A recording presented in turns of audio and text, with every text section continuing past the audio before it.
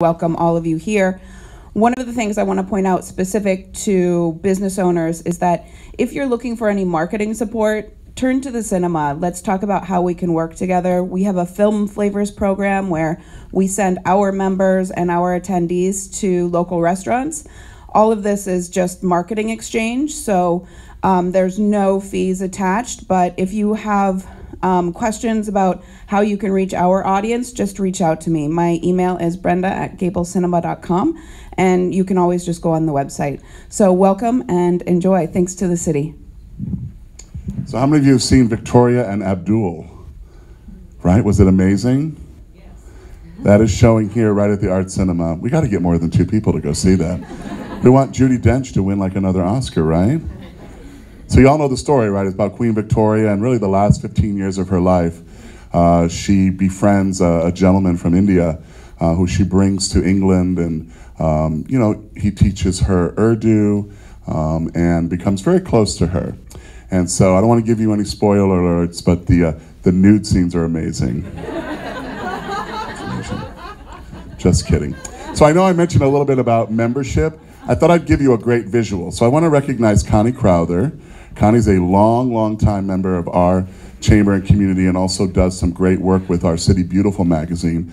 But we also on Friday cut a ribbon in front of a new business, and that is Rice. So I see the folks here from Rice. How many of you have seen or been to Rice on Giralda Plaza, which is popping now that it's completed? I hope you go over and check it out, maybe even for lunch today. I hear you have to eat lunch at like 10:30 because the line gets really long. And then right in the middle of that, we have Phil and Swelly. They're members that just handed me their renewal check. So we say thank you from Gifts and Golf, from GIG. So that's for us kind of the gamut of how we connect people and stay engaged in the community. So now I'm going to introduce our guest speaker after our little visual. All right. So we went all the way to the West Coast. And I don't mean the West Coast of Florida. I mean the West Coast of this great country. And so I want to introduce Shama Mieger. Have her stand. I'm going to read a little bit about her. She's with Scaling Retail. She's the owner and chief retail strategist. Oh, I thought we maybe would have a slide, but we just have a hamburger to represent you. Just sort of ironic, isn't it? Right? So she's the founder of Scaling Retail. I mentioned that. And one of the things that we really like about her, besides her energy and enthusiasm, which you'll see here in a few minutes, is she's worked with some really amazing brands that you know, like Macy's. How many of you know Macy's? Barney's in New York. How many of you know Barney's? And I'll give you a little bit of her results-oriented work, which is what she's going to have you focus on, is how you can do that right here at your scale, at your store size, is that she was able to work with Gucci. How many of you are Gucci fans? Anyone have Gucci on today? Ooh, tough crowd. She took their sales from 50 million to 100 million in 2 years' time. Just let that sink in for a moment. And so she wants to share her expertise with you today.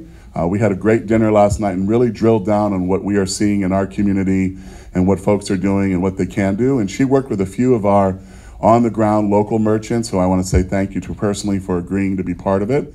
And so please welcome Shama. All right, all you. Thank you. All right, guys, I'm super excited to be here. It was a pleasure to speak with a few of you guys over the past week to talk about your businesses, to talk about some of the challenges. And first and foremost, I should tell all of you guys, I am a brick and mortar evangelist. I love space. I think space is really one of the best assets that you can have in today's age. And why is that? Well, space is really valuable for bridging community, right? Space is really valuable and important in terms of how people can experience product, right? So in this age of the digital footprint, where I'm going to talk a lot about digital and how we can activate on digital, it's really also going to be touching home on how you can use that to drive in-store sales, right? How you can actually start to see a 360-degree world of your customer.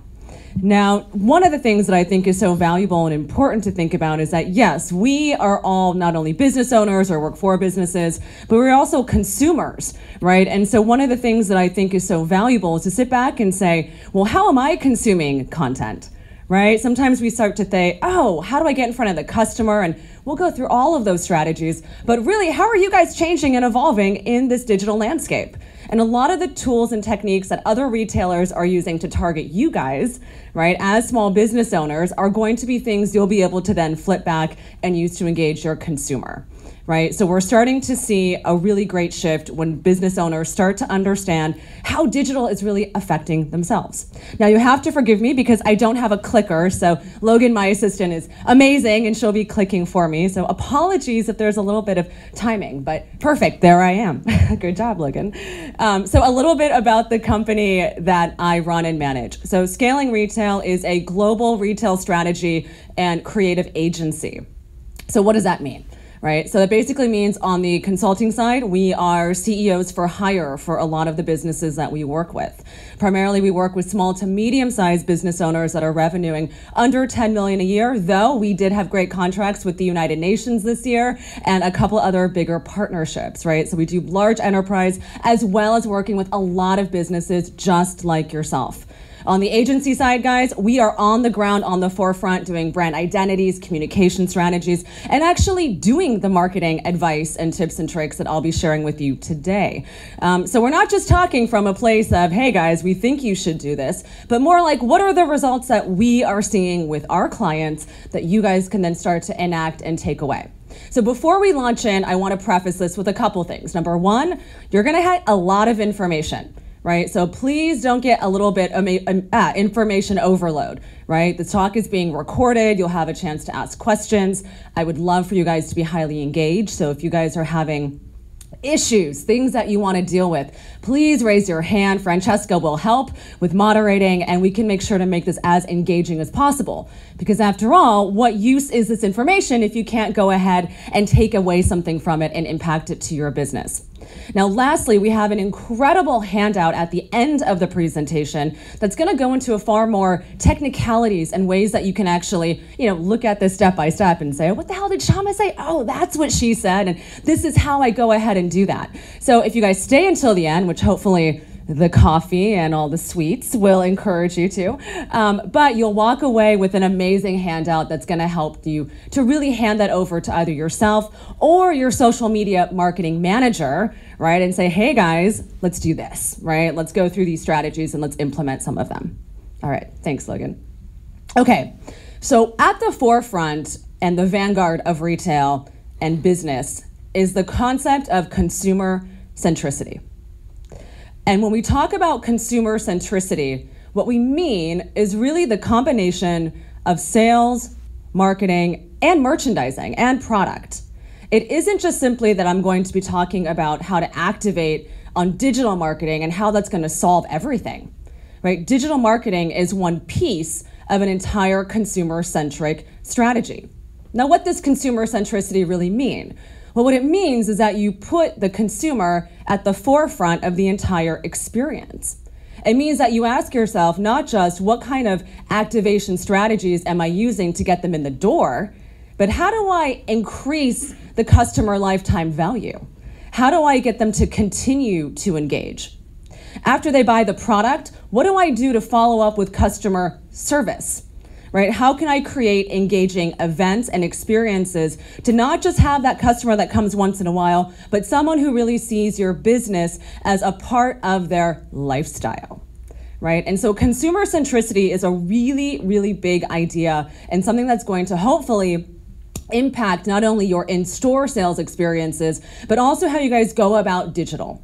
Because one of the biggest issues that I've seen with digital, and I guarantee probably 60 or 70% of you guys are doing this, which is, oh my gosh, I know I need to be there. I know I need to do something. So I'm just going to go ahead and put stuff out there.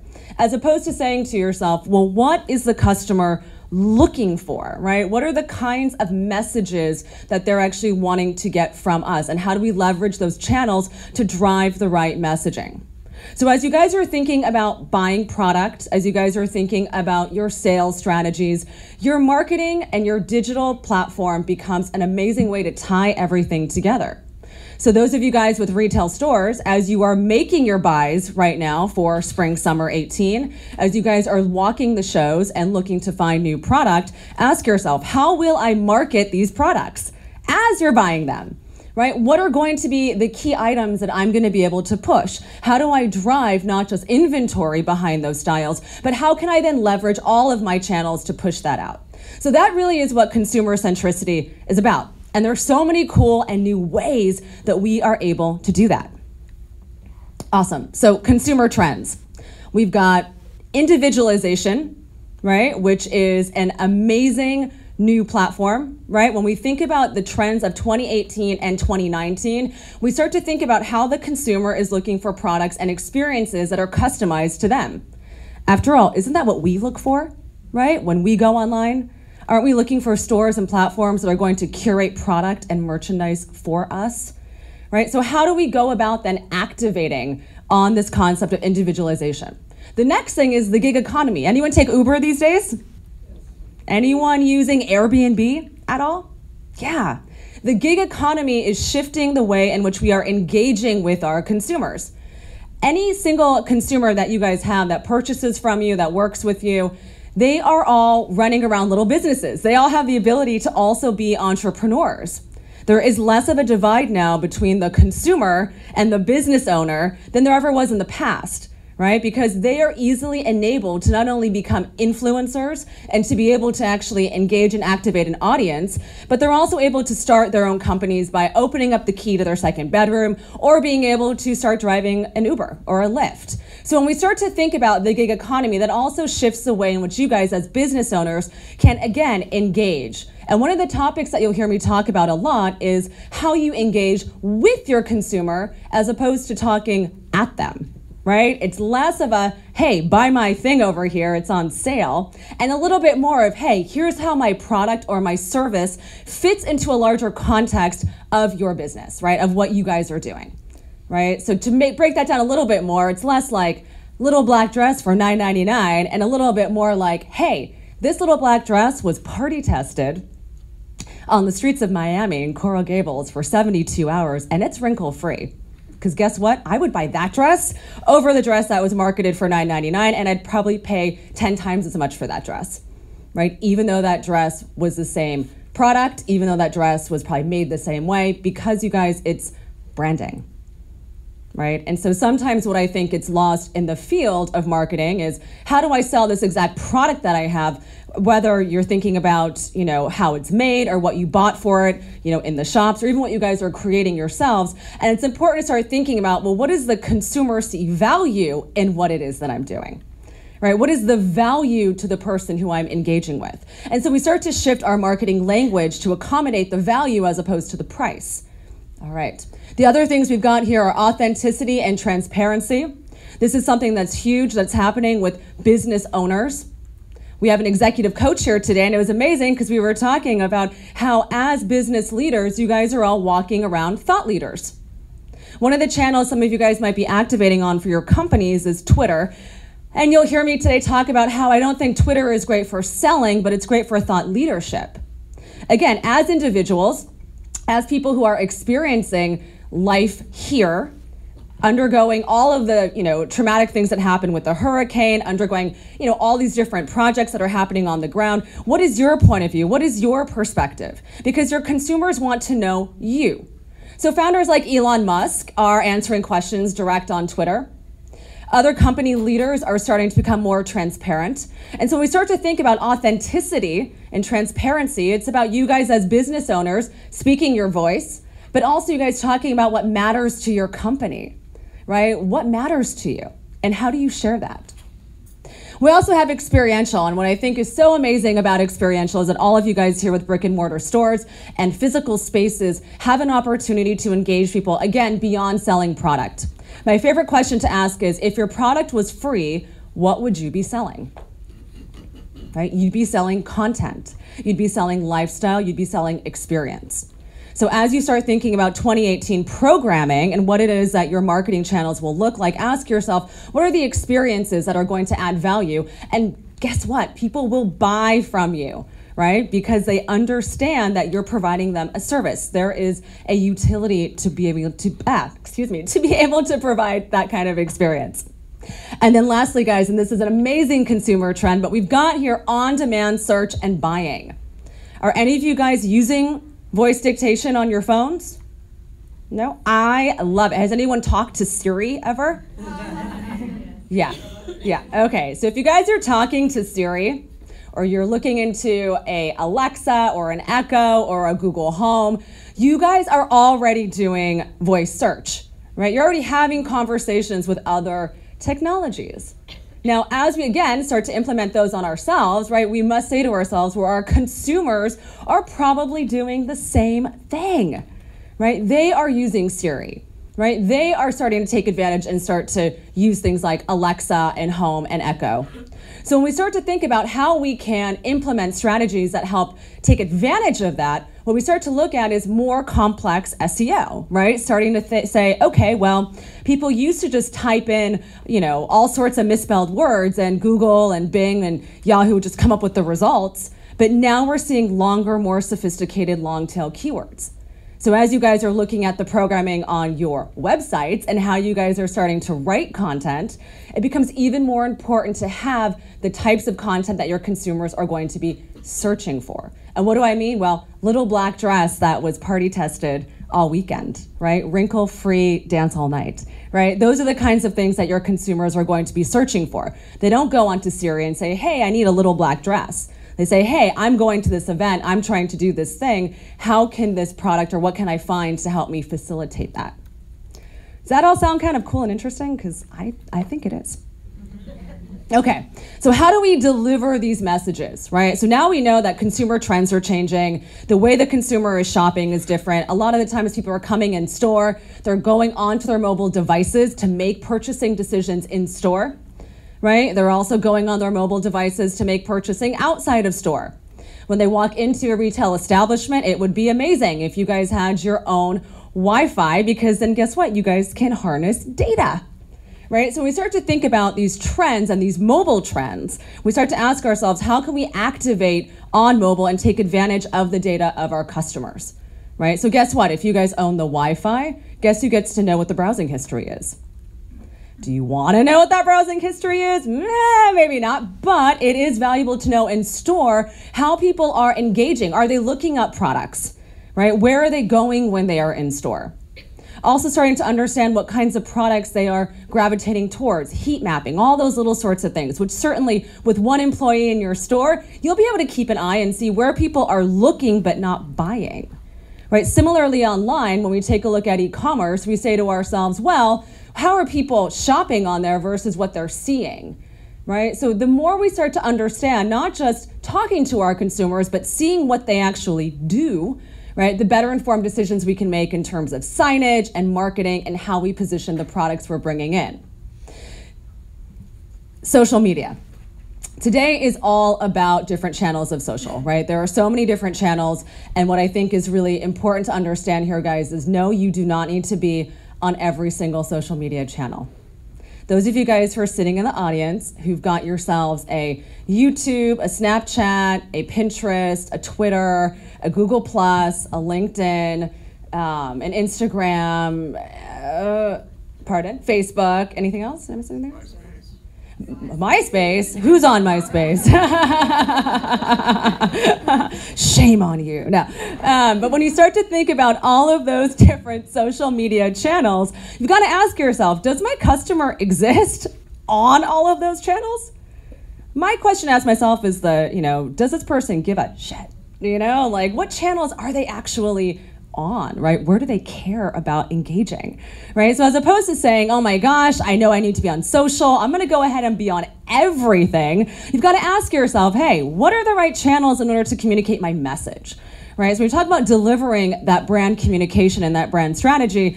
That is really going to be done through your platforms of social, of e-commerce, of your mobile sites. These days when we work with clients, guys, we are developing mobile first before we expand user experience into e-commerce platforms. If you guys are in the process right now of launching your websites, I would say talk to your developer and designer about how you can launch mobile first, right? How do you actually think about that mobile experience before you start to build out e-commerce?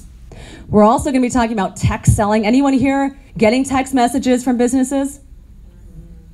I think text message selling is one of the best ways these days in terms of getting in front of your customer. And why is that? Well, not everyone's doing it. right? And why isn't everyone doing it? Because not everyone has their eyes open to say, hey, text messaging is really the new vanguard of email, right? Text messaging is how you get in front of your customer. There's a 98% open rate on a text message. And guess what? The reason why is because people aren't doing it that much, right? So similar to Instagram stories, when that used to be big, or Instagram Live, and you get all these notifications, you'd be like, oh, someone's activating on this channel or that platform. And you would go and see what it is. And that is before it became really big. So I would say, you guys, write down and make sure you guys are all taking a look at text message selling. We'll go into some more details on how you can make that really work. But that is going to be one of the great new ways of staying in front of your consumer. Next, we've got mixed reality, playing with new apps, and being in store. So all of these things really sum up to a 360-degree marketing experience. It all sums up into being very consumer-centric, right? And why these things are so important is that they are all part of your branded communication strategy. So while we might take a step back and say, well, I need to be on these platforms, Shama is saying that we need to try all these different things. What I really want to unpack today is, yes, there are all these different methodologies of doing it. However, you need to figure out what your brand voice is. How do you say things? How do you not say things? What kinds of images do you use? What do you not use? How often do you post? Right? And what platforms are you posting on? All of that is part of a bigger message. Because as you might notice, and this is something I think is hysterical, is if you look at your own Instagram feed, you got to ask yourself, would I follow myself? Would I? Is the content really that compelling? Maybe yes, maybe no, right? But if the answer is no, then you have to say to yourself, well, maybe my communication strategy is not as strong. Maybe I don't know what I'm trying to communicate to my consumer. Social media. Awesome. So why is social media important? Well, data is like oil, right? The more that you understand about your consumer, the better chances we are going to have about being able to activate on that. Anyone here do Facebook ads ever? Anyone here really know how to do Facebook ads? Amazing. So less people really know how to do it, right, than the people who are playing with it. And when we think about digital currency and we think about how we're using marketing, the most amazing things you guys can do with Facebook marketing is to engage with things like lookalike audiences, where you're activating against your own newsletter base and you're targeting to a wider demographic, right? You can start to see how data allows you to get in front of more people who are similar to your existing audience. Now, isn't that so cool? Now everyone here is like, I'm going to start to be on Facebook. Well, luckily you will have heard the rest of my presentation, and so you won't start Facebook haphazardly. But it's so important to understand that data is going to help you unlock a wider reach. Now, those of you guys who are saying, well, is digital marketing really important because I'm so local? It is so important because your consumer is digital as well as in real life. It is important because you have tourism. It is important because you have people who are walking around the stores. It's important because you have a consumer base that wants to be engaged with. So while you might say to yourself, oh, I'm happy with just engaging once a month with my consumer, your consumers want more from you. And guess what? Statistics have shown that even though you might send out an email a week and your open rates might be low, by having an email that goes out once a week, that's not just buy my product, you are also reverberating that brand messaging and your brand in that inbox. So those of you guys who are afraid of newsletter advertising, you're afraid of being too much in front of your consumers, let me tell you, they said yes to you, right? They said yes, and that is why you are sending them a newsletter. If they said no, they wouldn't be on your list in the first place. So don't be afraid to activate on channels that you already have going for you. Now, obviously, we talk about behavioral and conversation analytics and how people are engaging. So it's not just important to have a social media platform and channels, but you also want to be monitoring what your competitors are doing. What are other people doing in the space, right? How can you guys see what content is working and then start to incorporate that for yourselves? And then, of course, here, guys, we've got tons of great statistics on why you guys should do it, but I'm assuming you guys know why you should do it because you're here. Awesome. So it's important to ask yourself about who your customer is. What are the ages of my customer? What is the lifestyle of my customer? Old school understanding of marketing analytics will not help you. Those of you guys who sat down with a business plan and said, my customer makes between $50,000 and $150,000 a year, they drive this kind of car, they do X, Y, Z. This is not the way we think about marketing any longer. There are a lot of people who spend a lot of money who don't actually have jobs, right? How do you market to them? You market based on lifestyle, right? There are a lot of people today that are opting out of buying SUVs because they use Uber all the time. I recently moved from New York City to Los Angeles. I don't drive. I Uber everywhere. Does that mean that I don't fall within this traditional category of how we understand marketing? No, there are some elements of that that could apply to me. However, we have to think, again, beyond the normal things that we would maybe 10 or 15 years ago when we said, oh, who is our customer, right? How do we get in front of them? Things are changing, which means as we start to develop your content and you start to understand who they are, we've got to keep into consideration what their experiences and what their lifestyles are like. And by having a brick and mortar storefront, which I think is really valuable, you can start to have those conversations and understand, hey, what are you doing? What's your life like? Many of you guys, I'm sure, are friends and friendly with a lot of the people who come into your spaces. So again, make sure it's apples to apples and it's not apples to oranges, right? Don't think that you have to be doing these very strict kind of marketing outlines of who the customer is when the data shows and your customer shows that it's something totally different.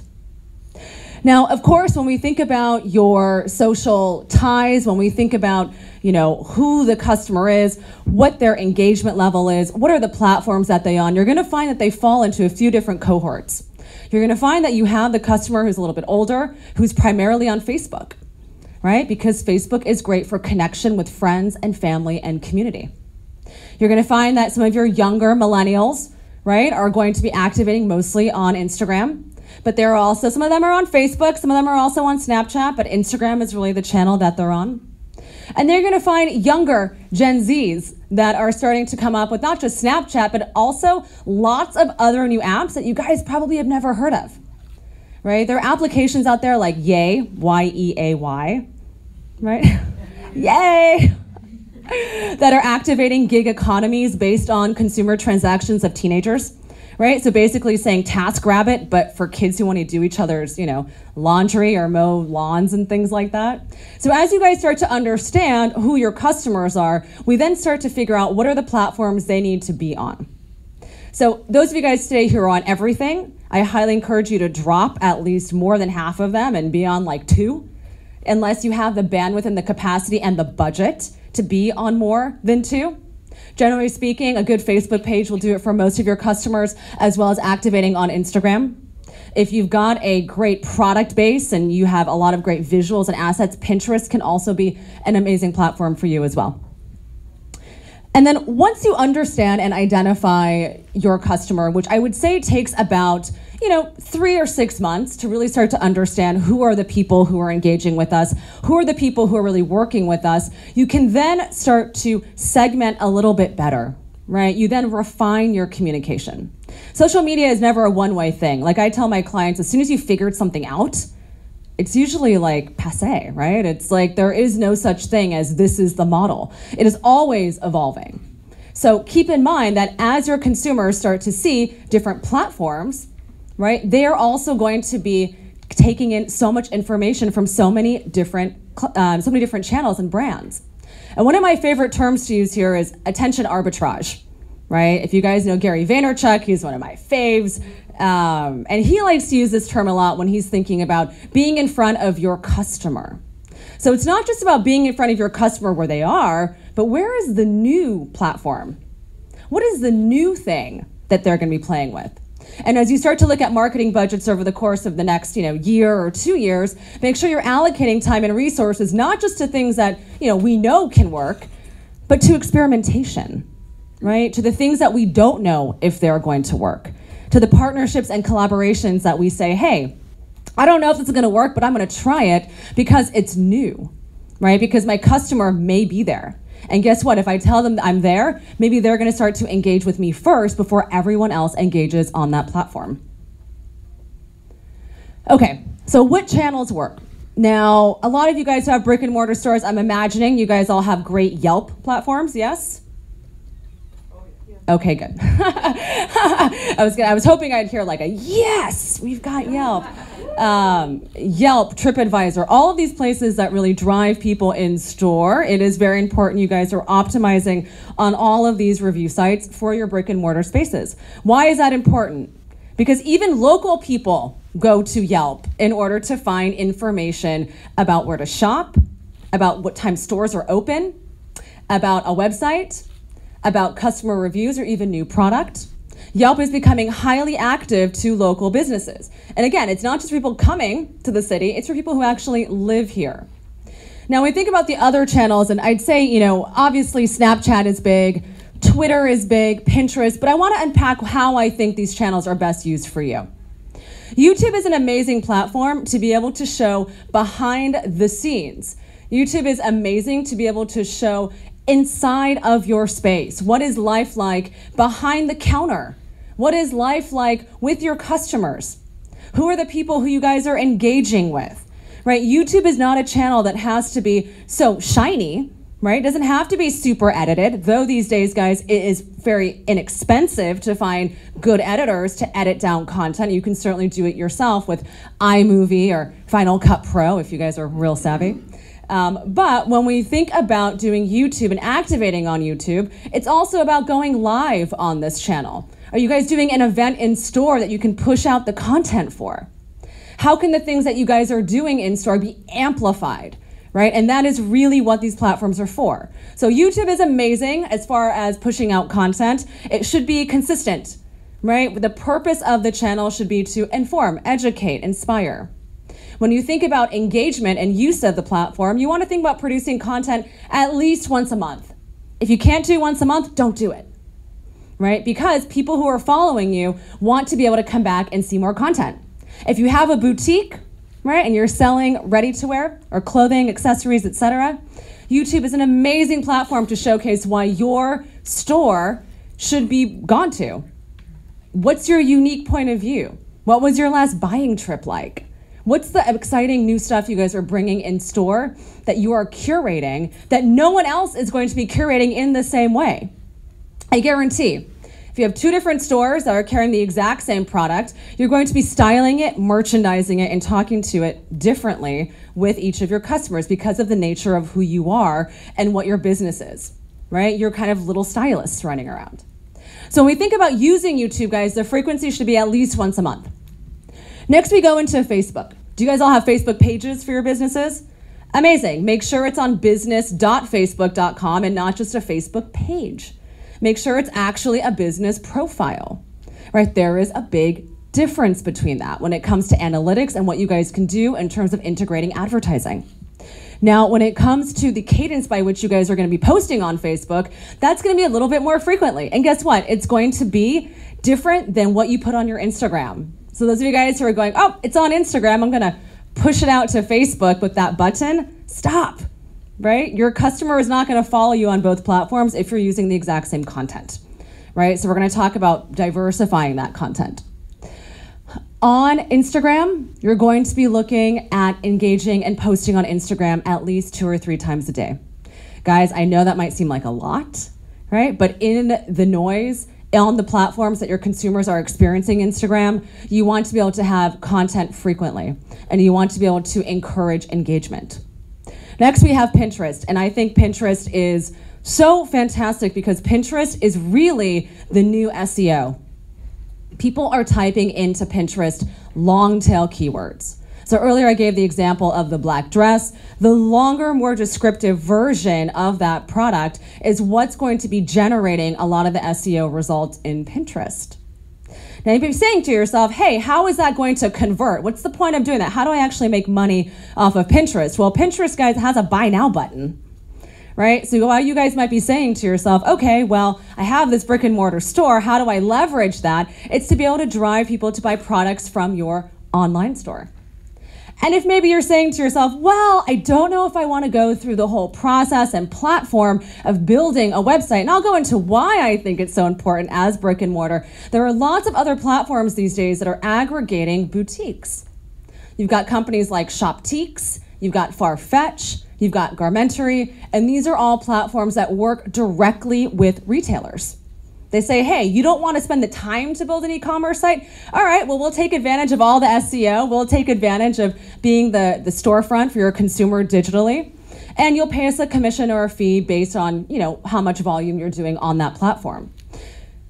Next up, I'd say Twitter. Now, those of you guys, again, as thought leaders, Twitter is going to be really important. You're going to want to be communicating things that are happening behind the scenes of your business, exciting new articles you guys are finding that relate to entrepreneurship.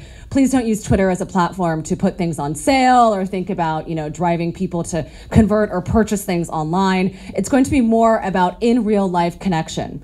If you're looking to work, for example, with editors or magazines, right? Guess what? Those editors and journalists are on Twitter. And why are they? Because that's where the conversation is happening quickly. So if you want to be able to pitch them, my suggestion, as opposed to just sending cold emails, right, is to get on Twitter, engage with them. Let them know how much you like their content, right? Syndicate the content out to your group. And then lastly here, we've got Snapchat. Now, I feel like since Snapchat IPO'd, it's been like, what's happening with that company? There are a lot of high hopes for Snapchat. Certainly in the last year, we've seen Instagram as well as Facebook start to adopt a lot of what Pinterest is doing, right? However, guys, Snapchat is still getting in front of this younger audience. So if you are going to be engaging with that Gen Z or younger millennial, you're going to want to sit down and think about, how do I develop a Snapchat strategy that's going to be able to engage with them? And companies like Glossier, other like new kind of outdoor voices, a lot of these younger, newer businesses are using Snapchat to be able to convert to sales. And how are they doing that? They're doing exclusive promo codes. Hey, if you see this now and you write down this code, you'll get access to this product at a discount. They're doing product launches via individuals' channels in order to test the strength of their audience. All right, next slide. Amazing. Okay, so what type of content works? This is an Instagram feed from one of our clients called The Veil. They are a 2,000 square foot brick and mortar space in Williamsburg in New York. And what's amazing about their platform is they said, hey, we are not just going to be a regular brick and mortar store and sell women's clothing. We are also going to have a coffee shop in there, right? So the front of the space has a coffee shop. You walk through the middle, you've got your women's ready-to-wear clothing and accessories. You walk to the back, you've got yourself a little outdoor area for seating. So guess what? You've got to get your coffee from here to there. You got to walk through some product. Right? You got to see what's out there. You might want to try something on. It gives the sales associates an opportunity to really be able to engage with their consumers.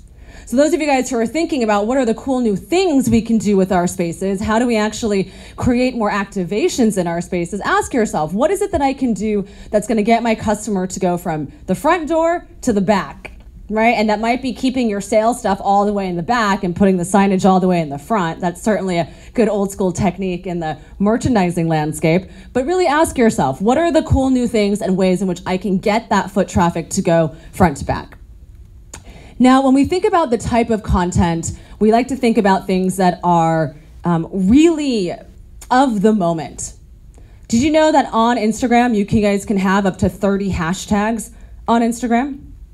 That's a lot of hashtags. That means that there are a lot of opportunities for people to find you. Using hashtags that are based on location, so certainly letting people know where you're based is really important, but also taking a look at Instagram and saying to yourself, what are the trending hashtags in my space? Is it outfit of the day? Is it midweek, hump day? Is it something that has to do with manic Mondays? What are the ways in which you guys can start to get more eyeballs onto your platforms? And a lot of that is going to be through using some strategic hashtags on Instagram. Now, when it comes to what kinds of content to show, I know that tends to be a big stumper for most people. A lot of you guys are probably using other people's content. All right, you get some stock images, you're like, oh, where are the free places in which I can get that content? Or you're saying, hey, I'm gonna just take this picture right now because I know I need to post something. It doesn't help you in the long run, right? It can be very inexpensive to purchase about I would say like a $100 light kit, right, online, to be able to set up the right kinds of environments to shoot your own content. You guys should be looking at working with local photographers to shoot your content. You guys should be looking at different ways of being able to take a communication strategy and distill that through your image platforms. And guess what, guys? It doesn't have to be expensive. So when you think about how much it should cost on a monthly basis, I'd say give yourself a couple $100 a month. $200, $500 a month to work with someone local who's going to be able to help generate content for you. Also, when things are slow in store, have a little light box set up in the back in your stock or your warehouse. Have someone take photographs and images there. Even food gets styled. You guys ever wonder why images of food look so good in magazines like Bon Appetit? I don't know if that magazine's still around. But it's because there is a glaze on the image, right? There's a glaze on the product, right? I think that sometimes they even use like Vaseline to make things look edible and shiny, right? So remember, there are a lot of little tricks that people are doing behind the scenes to make things look amazing up front. And while you might be going online and seeing your competitors and saying, oh, well, their content looks so rich and live and of the moment, guess what? There's probably a social media person who's dedicated to making sure that it looks so curated and of the moment, but still has that visual direction. So easy ways you guys can implement that for yourself is to say, hey, what are the kinds of images that we want to put out? Let's set up a Dropbox folder of all the kinds of things you guys want to be producing. And then a month in advance, start to plan and take those images and sync that up with a content or a campaign calendar. Now, certainly, guys, when we start to think about, live videos, disappearing videos, what I think is so valuable is, again, any type of content that you guys produce should be syndicated on other platforms and channels if it's relevant. Meaning, if you guys are doing things in store, you're on Instagram Live, you want to make sure that you're taking that content and also syndicating some of that possibly on YouTube. We want to start to drive communication between the platforms. So think about the channel that is working the best for you right now. Why is it working so good for you? Okay, you want to activate on a different platform. How do you do that? Well, try driving some of the traffic from your existing platform that you guys are nailing and say, hey, we are launching this other channel. Here's all the cool stuff that we're going to be doing. All of our promos or all the cool things in store, guess what? We're going to be putting them there. I would imagine, and we've seen great results with this, that people will start to convert to your other platforms and channels. Especially something like Instagram, where consumers are checking it at least 3 or 4 times a day and spending upwards of an hour and a half when they check. Now you might say to yourself, well, when should I be posting on Instagram? Well, think about when you are most likely checking, your phone as a consumer. Right? Usually you're working in the morning, so maybe in the morning as you're getting ready, you might be checking your feed and seeing what's new and updated. During your lunch break, you might be checking it again. And in the evening and late at night. So chances are, guys, when you guys would be checking your own Instagram and seeing what your friends are doing, that's also when your consumers are checking their phone. So it does mean you got to be a little bit more flexible and have the bandwidth to be able to speak to them when they are also looking to be spoken with. A couple really great examples. So we've got here the Now Massage, which is a new spa that's opened up. There's a few locations in Los Angeles. They're really new, right? And if you can see here, guys, the curated content that they have, not all of it is their own, right? But there is a clear visual direction. All of these images, except for the one at the top middle, is curated from other people.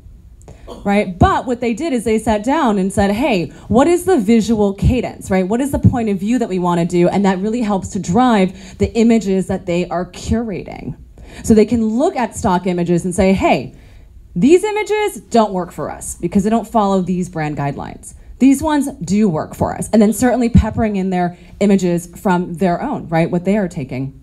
We've also got here Intelligentsia Coffee, which is an amazing coffee shop. And what I love so much about what they're doing with their platform is, again, it's not just about photographing the food. It's not just about photographing the coffee. Everything here is in context. Everything here depicts a lifestyle, right? We have here this movement towards pour-over coffee, right? Which everyone's so fascinated and interested in. There's so many different ways now, you guys, to take your coffee. It's incredible. I almost feel like it's when Starbucks first came out and you're like, oh my God, chai lattes, pumpkin spice. These days, we are taking the same approach to how people are actually making their coffee, right? You also see here, there's behind the scenes. What's the barista doing? right? What are the consumers drinking? Oh, we've got here a matcha latte. Amazing. It's next to a laptop, which is saying, hey, we have a lot of entrepreneurs and people who are working, from our coffee shop, and we're encouraging that. So there's a lot of subliminal messaging that's going on as you guys curate content. And keep in mind, it's not so literal, right? Your images do not have to be so literal and just hawking the thing that's in your store or your platform.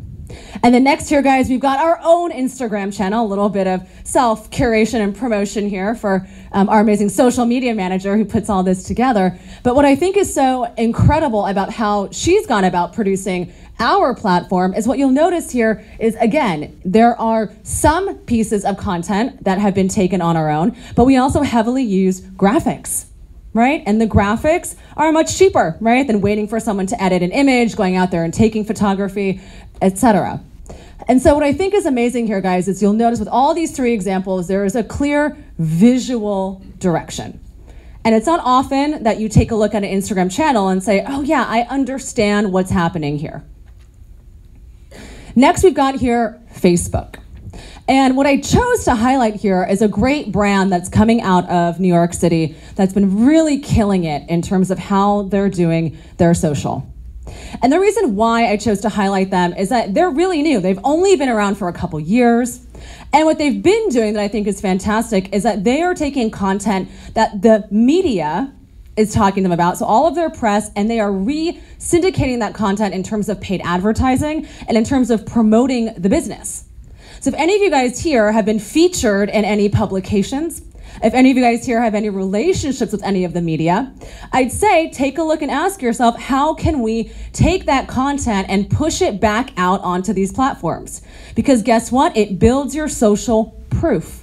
And that is one of the driving forces behind business-owned social media platforms. Why are you on there? Well, you're there obviously to engage with your consumers, but you're also showing social proof.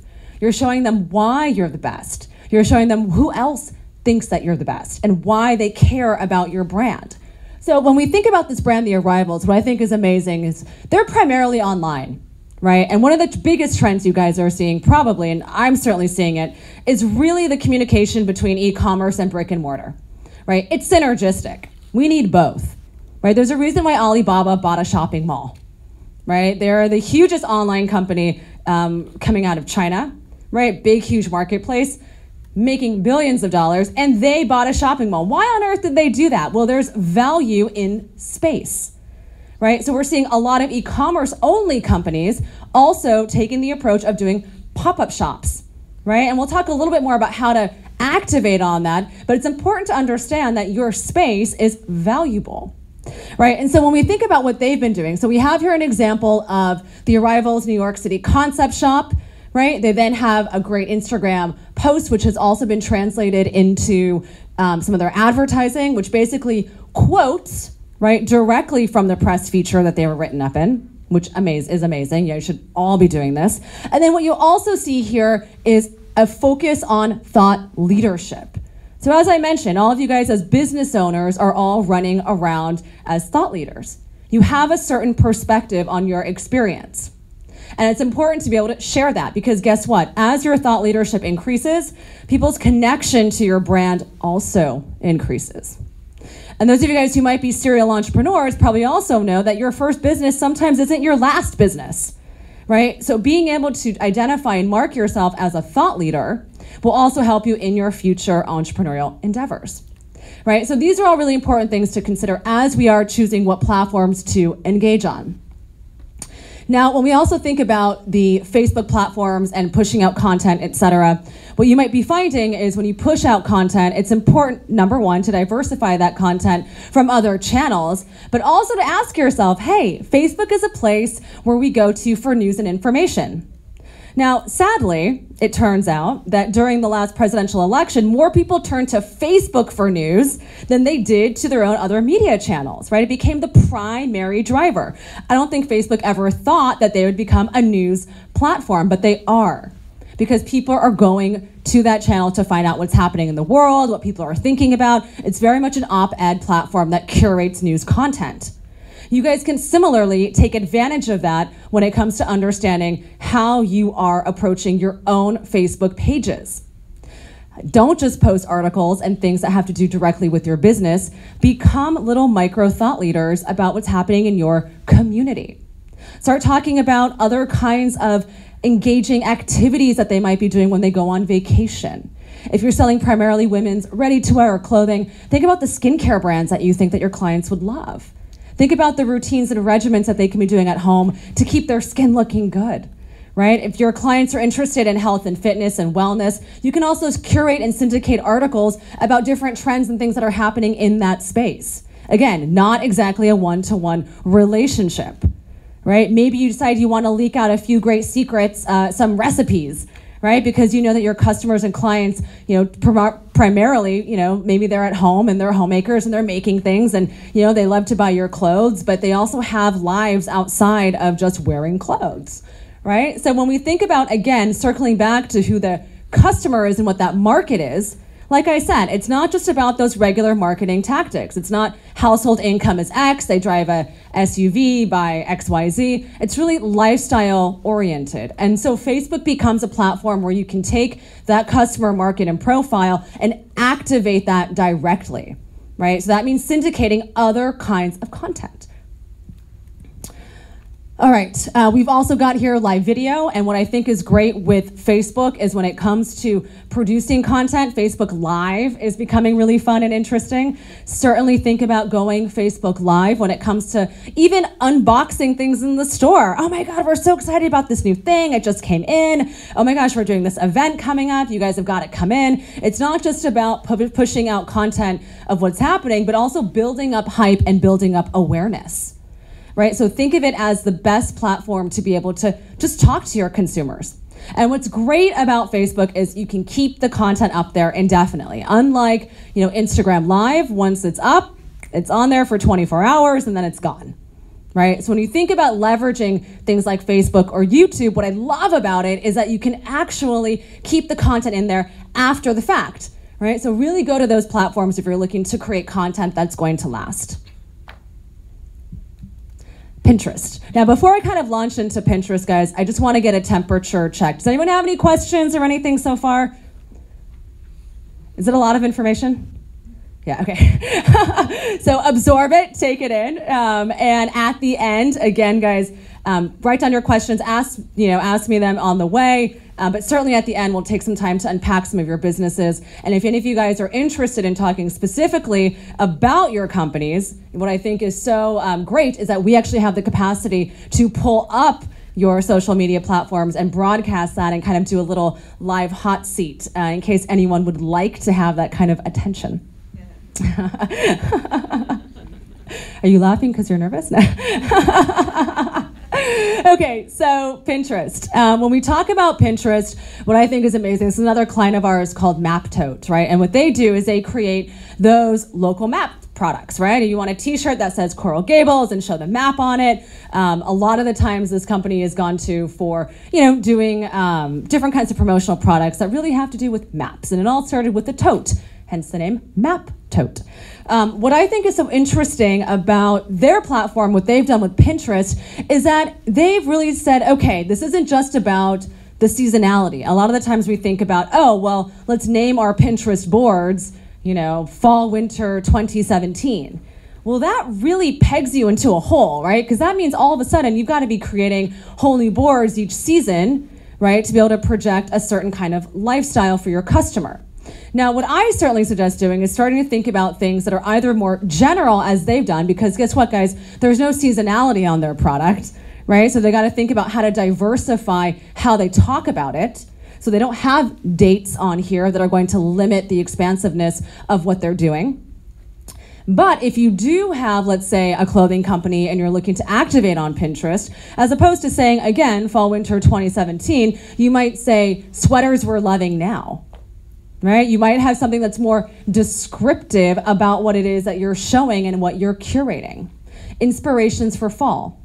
And maybe it's something you continuously update. The other cool things about Pinterest is, like I mentioned earlier, it's becoming the platform for SEO, right? So people are going to Pinterest to buy things, right? They aren't just going to Pinterest to browse. Certainly they do that as well, but the conversion rate on Pinterest is quite high. Certainly Instagram these days is activating more and more in terms of being able to purchase in-app and through the app, but Pinterest is still rivaling that. So if you do have a very visual-based platform and you are going to be communicating those images, then Pinterest, I think, is an amazing secondary or third platform for you guys to consider. Yes? Who are the people buying on Pinterest? Who are they? Yeah, what type of demographic? Yes, women are shopping on Pinterest. And you're also seeing a younger demographic. So, and when I say younger, I mean women in their 20s. Also women coming into their early 30s, I would say, are really buying on Pinterest. The average retail price point that's coming out of Pinterest is $65. Right? That's higher than Facebook, and that's higher than Instagram. And the reason why is because they're looking at Pinterest as a visual platform to shop. Right? If you see some things you love and it's available to buy now, right? Where it's basically subliminally saying, hey, we're going to use this creative platform. You're going to pin all these things you like, and then, hey, this is in essence a wish list for you, right? And then you go through and buy it. And what's super cool is if your products go on sale, so make sure your pins are buyable. If your product goes on sale, guess what? They get a notification. So even if you decide to do a product promotion of the week or the day or a flash sale, go ahead and mark it down, boom, it goes right up to the top of their notifications, and all of a sudden people are like, oh my God, that's on sale. Yes. How do people find you on Pinterest?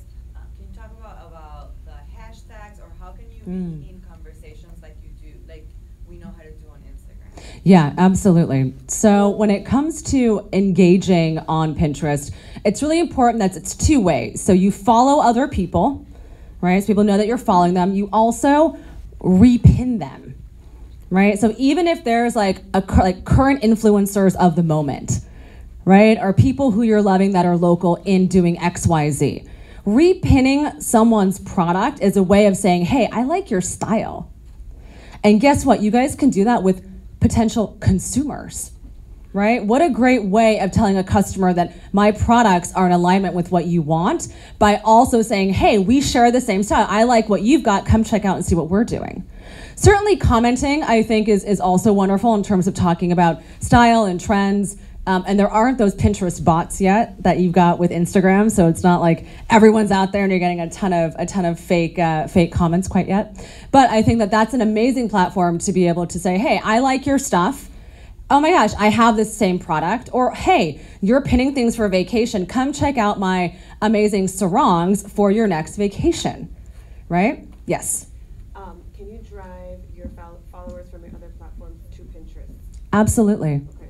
Absolutely. And the way that I would do that is I would have in your in your feed, like in your copy for the other platforms, I'd say, hey, come check this out on Pinterest. We've got a couple items left. You know, and you can start to drive traffic and say, hey, we're publishing all of our new product on Pinterest right now.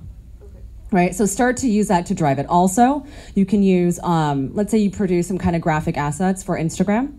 You can say, hey, new exclusive styles publishing on Pinterest tomorrow, right? Or publishing on Pinterest today, right? And that way, even though, let's say you might promote those items similarly also on Instagram a week later, right? You're giving each platform an opportunity to be exclusive, if you will, right? To drive that traffic. Any other questions about Pinterest? Yes. Do you mind if we actually take a quick break? Oh, sure. Plug in the laptop, it's running out of juice, and we have some fresh coffee. Is that okay with everyone? Just a quick 2 to 5 minute break? Oh, man. All right. That's fine. We don't want to lose your screen.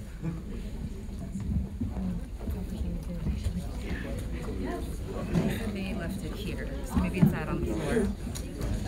But you're going to have to plug it in. Can you choose the restroom? Did you have that juice to go for a while? Or what's that black bottom one? Probably the speaker. Do we have an extension here?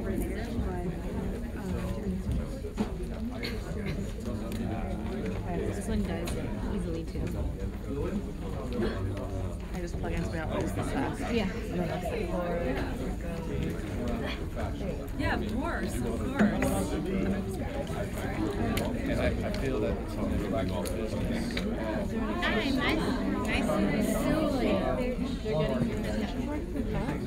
She's checking. Oh yeah, it's the energy to make me break.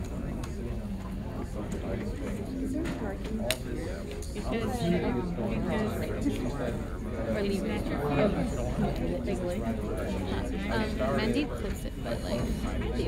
What do you think is best? Interesting stuff? Yeah. Because I don't want to end it.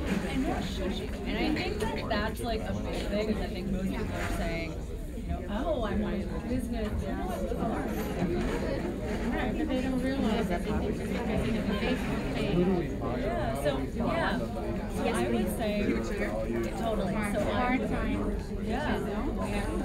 Morning. Totally. So you guys, yeah, if you guys want to go cheap on the hire, spend more time on development strategy. Meaning, like, invest the money in getting someone to do a communication strategy. And you can take that, hire someone who's fresh out of college, pay them, you know, $15 an hour, you know, about 20 hours a week, and say, hey, here is the kind of content we want to innovate on, right? Here's how we say things. Probably when you hire someone fresh out of college as a junior and you ask them to be a strategist, is they don't exactly. So so you cannot give someone an experience Actually, we're job strategy, but you can have them do all the groundwork for you.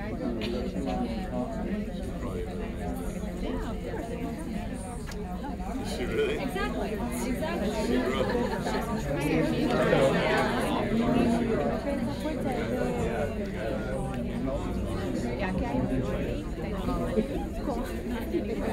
You shouldn't. Exactly. Anybody's good. They're like, oh, I'll do for the experience. And I'm like, thank you.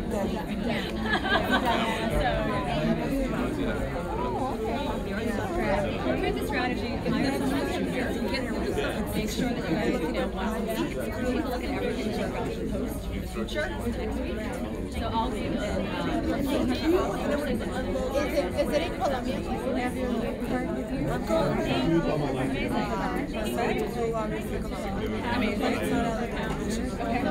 But I walked in the other day and I just thought that and then it clicked because Costco card too. But it was a Korean food. And you wouldn't find it anywhere else in the world. They asked like 2 different people, so whoever gets it. But are you coming? Well, I mean, I love it here. If you guys want to keep having me out here.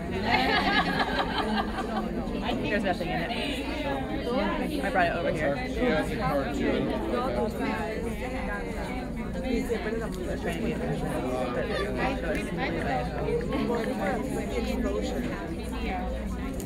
Our daughter's an advocate.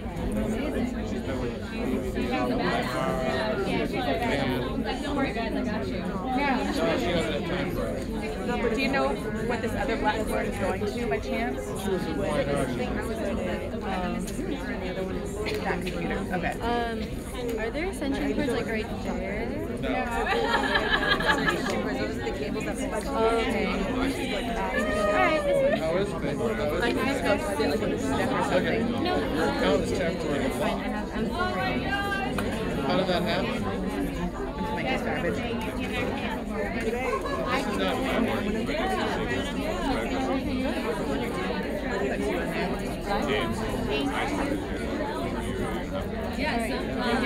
They don't have one, so I don't know if I should go just sit back on the step back there with the computer. The idea of having the strike then hire. Maybe we can just take turns, like Yeah. or when you start to dive. How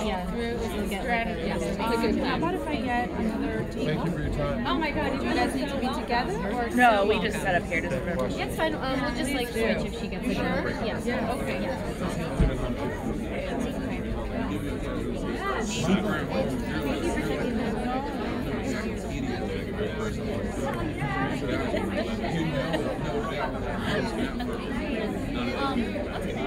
for checking that. Okay, and how about stand up? First of all, I have to stand up. Yeah.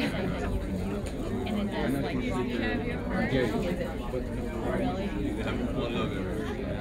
Well, You don't have to write in the platform. You can sell like dresses, shoes, and everything. Oh, so not your guys. Yeah. Oh, well, like an online e-commerce. Yeah. As long as you have the right brands. As long as you've got the right brands. You can have the right brands aren't always yeah.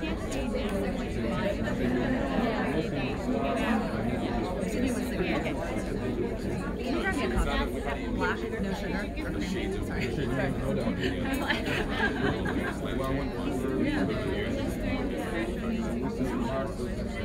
Sign outside. Oh my god, I love that. Oh my god, I love that.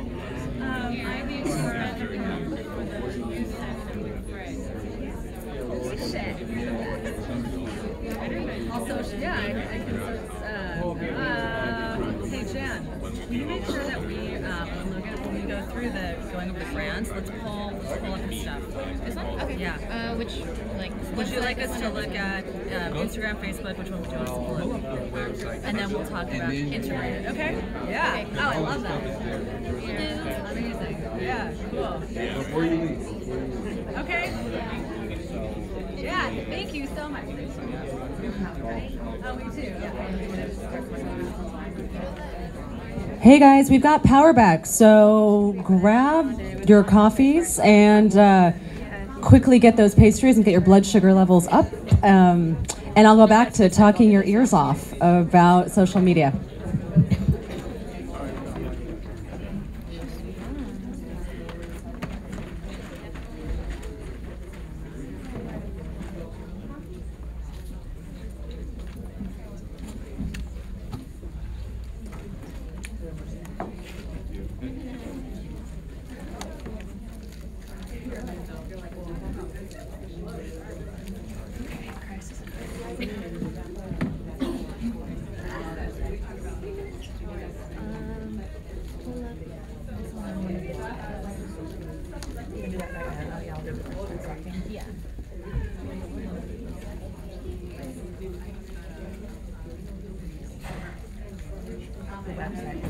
It's right for him. Yeah, just maybe their social media is not that relevant to you.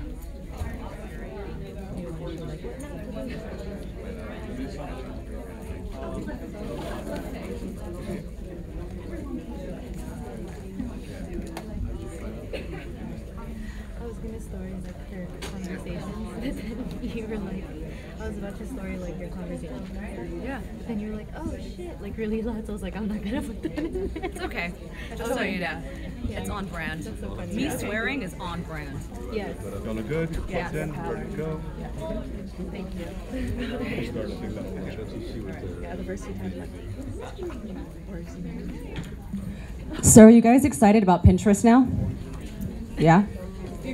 It's different. It's totally different. And what I think is important to understand is when it comes to choosing the content on Pinterest, it's also evergreen, right? So when we think about evergreen content, that means this content, you can have it on there forever, right? It's always fresh, right? It's always searchable. Whereas on Instagram, I highly doubt someone's going to go onto your page and start scrolling and say like, oh, what did this person do at the beginning of time? Though I do that when I'm evaluating businesses because I want to see the evolution. I'm like, oh, where did they come from? And what's so amazing is what you guys will find is if you look at your competitors or people who you think are really crushing it in the space, what you'll find is that they also came from somewhere. It's not like everyone out the gate just comes out and has amazing content if you're a small business owner, right? Unless you've got a creative director, you've got production, you've really invested time and energy into your marketing channels. But if you haven't yet, then certainly it's okay to start from where you came from because there's an evolution. And at a certain point, you might go back and say, you know what? Now that I get it and now that my platforms look really good, I'm going to delete some of this older stuff because it's no longer relevant, right? It's no longer appropriate anymore, right? You've developed a creative direction and a visual cadence. What's really funny is on our YouTube channel, and this is hysterical, there are videos on there now that are well produced. You know, here's the content, here's the information. I love YouTube, and we'll talk about why YouTube is great. I use it as a teaching tool, right? I'm there, I'm talking information about retail, about business. But what's so funny is if you go back, and I'm sure you guys will now, to the very beginning of YouTube, you'll see me at my kitchen counter talking about retail, you know, and talking obviously as enthusiastically as I do today, but certainly with not as much of a high resolution as it is now, right? It's a little bit grainy. And you know what's so funny is even till this day, I get people who email us and say, I've watched every single one of your videos and I love them. And I love seeing the evolution, I love seeing the passion, and I love seeing the content. And I used to say to myself, oh, well, it just doesn't look as good. You know, like, should I keep it up there? But those videos end up being some of the highest watched videos. So, you know, certainly it's not my finest work, but who's to say that it's not the most raw and the most captivating because it is so, you know, offline, right? It's just so like, here's me with this camera and I'm just talking about retail trends. So when we think about the quality of the content, certainly guys start to activate on the biggest thing, which is strategy, right? And then start to see how that strategy works with the different channels. Awesome. YouTube, perfect timing. So one of the cool things that I think is amazing is to see how different shops and brick and mortar stores and restaurants are activating on YouTube. Sometimes we think of it as just a place for vloggers, right? Oh, people are unpacking product, they just want to show stuff, but they're actually using it to create little micro channels about the lifestyle of the business. Are you guys familiar with Gaunt, the clothing line? Okay, yes, amazing. So Gaunt, thank you. So Gaunt recently launched something called Couple Thinkers. And what's so cool is it actually has nothing to do with wearing or buying their product, right? They actually took a couple and they went around and started having these really interesting and inspirational conversations. And they basically said, hey, we're gonna sponsor this channel, we're gonna sponsor this content, but the content exists outside of us. Right? Every promo piece is not about selling it, it's about selling the content and selling the lifestyle. So certainly the people that they chose, right, are from the brand, but they're not talking about brand stuff, right? And I think that that's really important to understand is that, again, you guys as thought leaders and as little entrepreneurs running around and creating content, it doesn't always have to be about selling. The other thing that I have up here is Stumptown Coffee. Now, what I think is so cool is that Stumptown Coffee is not just putting up videos of how they make coffee. They're showing all their brand collaborations. They're showing all the cool things that they're up to and behind the scenes, right? It's a way and a platform for them to say, hey, you want to know what we're up to, our brand values? Well, we're going to create the content and publish it, and you can see how we do it. One thing that comes to mind that's so interesting is last year, McDonald's in Australia, right? They went ahead and did a behind the scenes, ask us anything. Now, who would have imagined that McDonald's would have said, hey, ask us anything about our food? But they did. They took a stand for transparency and authenticity. And what was so interesting is that they actually answered all the questions that people had about their food. Interestingly enough, sales at McDonald's ended up increasing by I think about 3.5%, which is huge, right? When you think about volume, right? For us, sometimes small businesses were like 3%, you know, I want 50%, I want like 75%, but 3.5% on a major company like McDonald's is huge in terms of dollars. And so what's interesting here is that even with a company where you might say to yourself, oh, transparency, oh, does that really make sense for their business? It does, because consumers are more quick to forgive than they are to companies that don't say anything at all. Similarly, for anyone out here who's producing product, are you guys familiar with a company called Everlane? I love Everlane. What I love about them is that they produce their stuff in Vietnam, in China, in Los Angeles. They produce their stuff everywhere.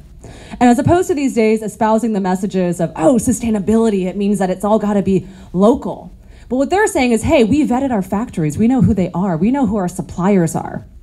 And because we know them and we're sharing that information with you, you now believe and trust in us more because we're not hiding anything.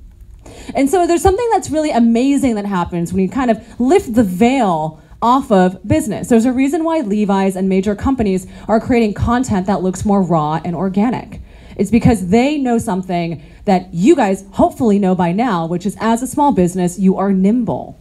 You are able to react to trends. If you have someone whose job is to be able to monitor and manage your social media, and maybe it's even very part-time, but there's a strategy behind it, you're gonna be able to react faster than any of the bigger guys in the market.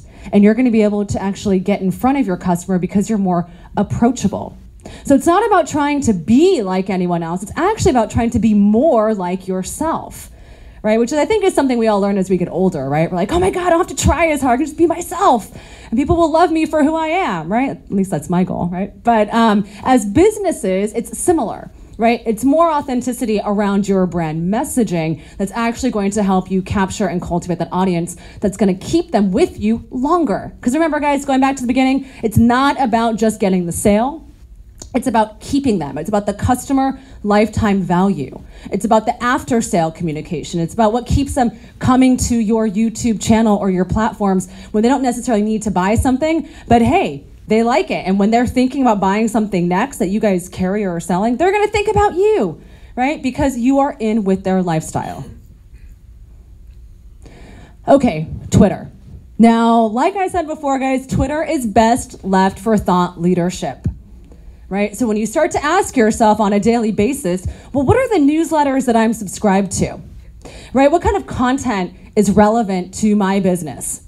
What are the things that I want people to know about my lifestyle as an entrepreneur? Yes, this does mean that you have to, lift the veil behind possibly your beliefs, your values, what kinds of approaches you take as an entrepreneur, talk about those things more and even curate content that reflects that, but it is going to provide a level of authenticity about your brand messaging, right? About who you are as an entrepreneur and what it is that you stand for. So you see here this amazing, this woman, Mickey Argawal. She's so great. She lives in New York. She's the founder of Thinx. You guys familiar with Thinx? Thinx is awesome. Thinx is revolutionizing women's underwear. And I won't go into the details about how they're doing it, but it is, clearly you know what I'm talking about. But what I will say is she is using Twitter in an amazing way, right? She's saying, hey, here I am speaking at these different conferences, right? Here I am, talking about these things that I believe in, things that are important to me. Right? And so even though Thinx is certainly going to be one of her businesses, right? Founder of Thinx, Icon, Tushy and Wild, she's a speaker, she also is an author. She's using this channel to really help carve out her niche outside of just the one business that she owns. I'm certainly sure that you guys are all really familiar with this whole movement towards, people becoming life coaches and people diversifying what they do in terms of their lives. Right? Not just having one business, but also identifying themselves with different kinds of businesses and exploring more. Well, Twitter would be the platform, right, where you can show and tell more about yourself as an entrepreneur. At the top here, we've got Elon Musk, which I think is great, right? It's amazing to see him, that he is following, that he is, responding to things that are happening in the space. He also is known for directly answering questions that people will ask about the Tesla or about other products that he is creating. And so what I love about this, again, guys, is thought leadership. So when you think about Twitter, be very concise, be really to the point. Twitter recently increased the number of characters that you can put in a tweet, which is great, because before it was really hard to fill just 140 characters. But now you think you've got 280. So think about your key core messages, think about re-syndicating content, and please stop using it just to sell product and just to push things, from your e-commerce store. Yes? What do you use as a metric to make sure that this kind of content, this approach to content is actually translating into sales? So if you're trying to activate on sales, I would not use Twitter, right? But you mean in general? Okay. So when you think about your conversion, you want to take a look at things like Google Analytics, right? So all of you guys should have Google Analytics that are associated with your e-commerce platforms. Now, if you currently do not have an e-commerce platform, it's going to be more difficult to track the performance on the back end. Certainly, there are insights, and actually in the handout, I'll go through different ways of looking at analytics, so more in detail. However, if you go onto Instagram, there's analytics. You go into the settings, into the gears, there's an insight section. You can actually start to see who's reacting to your content, best times to post, what genders are more specific, etc. If you are attaching any type of URLs, I certainly suggest using Bitly, right? So bit.ly. Bitly not only allows you to shorthand any very long URLs that you might have, but it also allows you to track them, right? So if you're wondering, hey, is someone actually clicking on this link in my bio, right? You can actually track your Bitly links, right? So that's a great way to track as well. If you just have social and you're in store and there's no like e-commerce platform that you guys are working with, then you're going to be looking to actually see how many people make a sale, right? So come in, request the product, DM you, ask if they can buy the product over Instagram, get on the phone, talk to you about the product. So you're really looking to see that kind of conversion. It is going to be more difficult to track that because if this is your first time approaching social media, it takes time to build an audience. So it's really important that you guys are also generous with yourselves in terms of expectations. I'm certainly not saying that out the gate you guys are going to be able to activate and really get all these followers and be able to convert a lot. It's going to take some time. It's going to take crafting the communication. But what you'll find, and this is something that I think is relevant to mention at this point, is that the consumers really need about 6 different branded touch points for your business in order to be able to become a brand loyalist and also to be able to purchase. So when I say 6 different touch points, I mean it could be in store, it could be your website, it could be your newsletter, it could be whatever other social media platforms you decide to activate on, but you need to have in your suite at least 6 different touch points that include the sales channels of how you're communicating.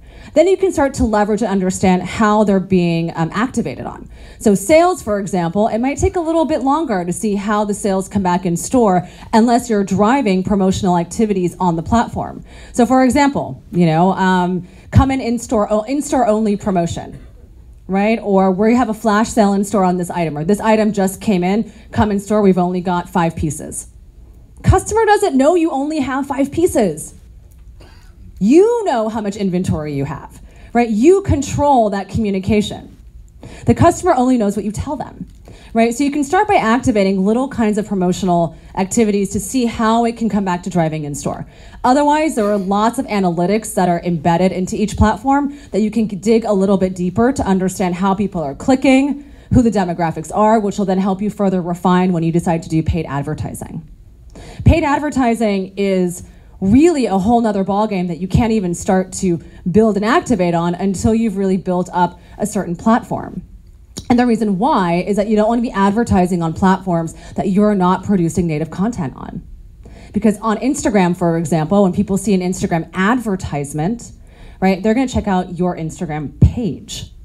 So if they see the advertisement, they go to the page, there's nothing that backs it up. Well, then where is the social proof, right? Do you guys have skin in the game? What is the communication really about? Any other questions about analytics right now? No? Okay. So how to plan. So when we think about content management and campaign management, I think this really comes down to how on earth do we execute on these different channels.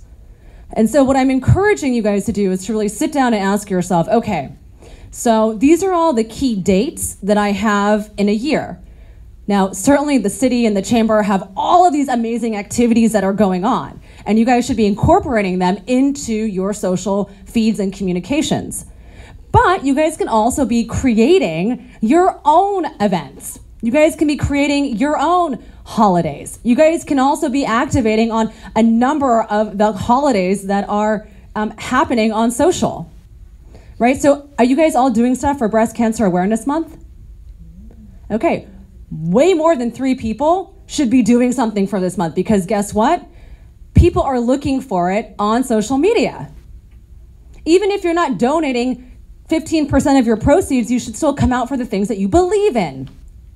Right? Spreading a message doesn't mean that you have to engage with it in particular ways, but you have to address it unless it is something that is distinctively not part of your communication strategy.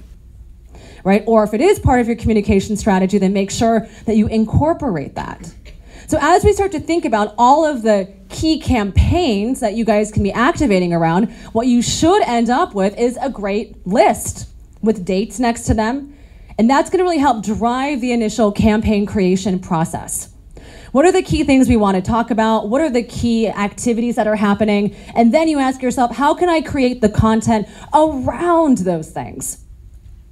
Certainly looking at things like key hashtags and all the other key trending items that are going to help amplify that. But start to ask yourself, what are those key communications? I always like to tell my clients for holiday sales planning, we should be having that conversation in March.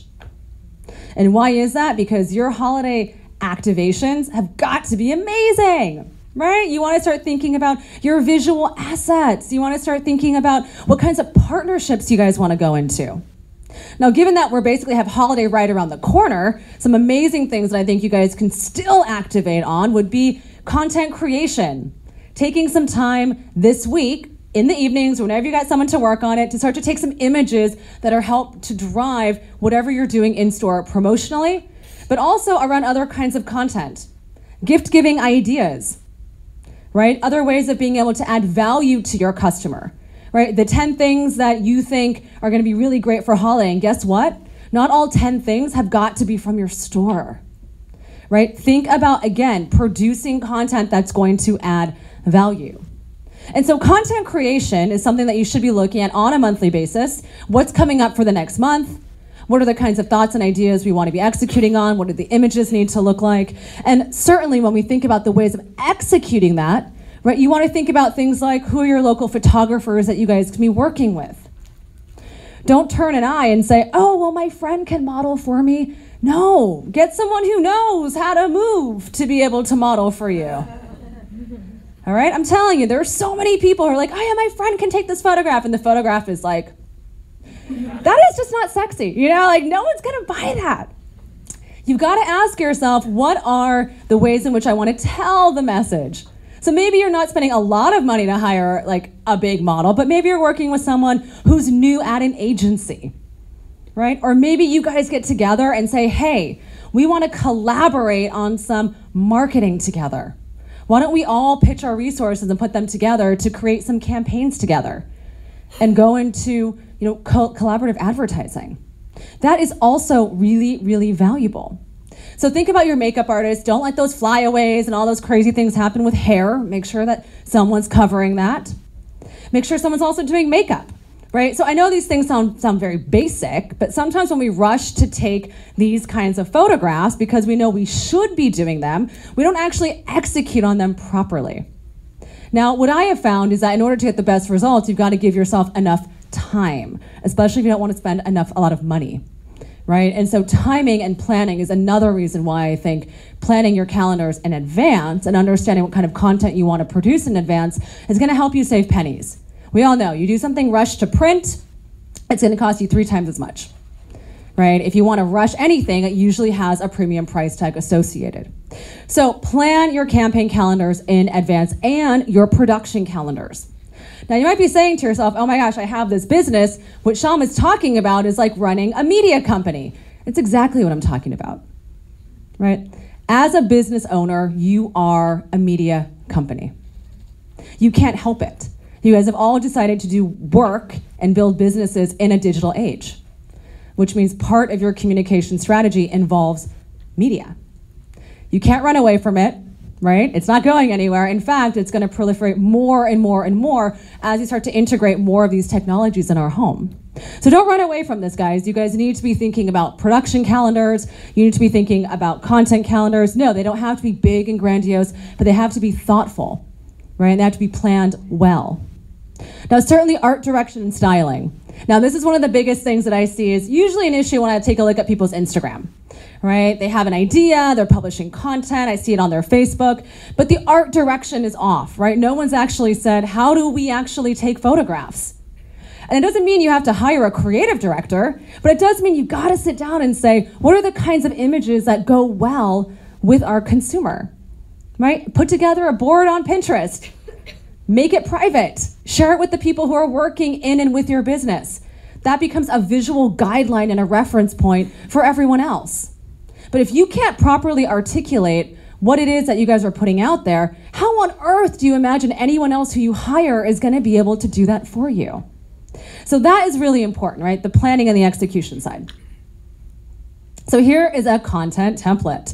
And we have an example of this in the handouts as well. But this is a very basic way of taking a look at your content management, right? We've got the days of the week, things that are happening in the company, paid Instagram and Facebook ads? What do those look like? How often are we running them? What kind of newsletter content are we pushing out there? How is that newsletter content being supported on all of these platforms? So think about how are we reverberating the same company happenings and what's going on behind the scenes or new events on the horizon. How is that being communicated on these platforms?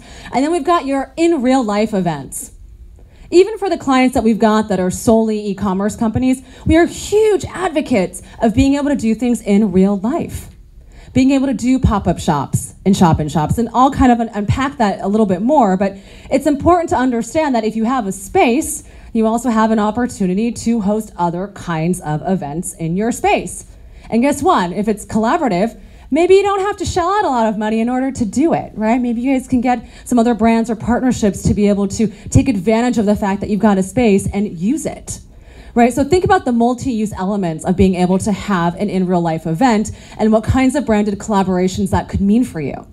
And then certainly we've got organic platforms. I always have Instagram and Facebook up there because I really feel like those are real must-haves.